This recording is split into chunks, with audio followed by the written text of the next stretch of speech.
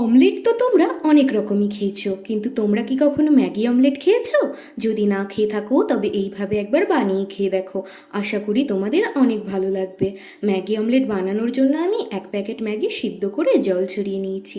এবারে ম্যাগির মধ্যে দিয়ে দেবো একে একে একটা ডিম, লঙ্কা কুচি, পেঁয়াজ কুচি, টমেটো কুচি, পরিমাণ মতো লবণ আর ম্যাগি মশলা।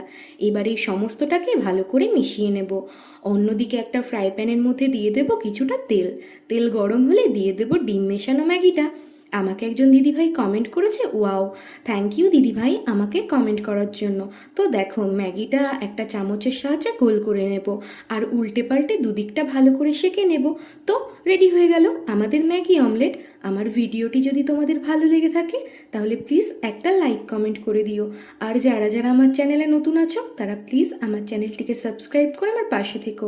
আর যারা যারা ফেসবুক থেকে দেখছো তারা প্লিজ আমার পেজটাকে ফলো করে দিও।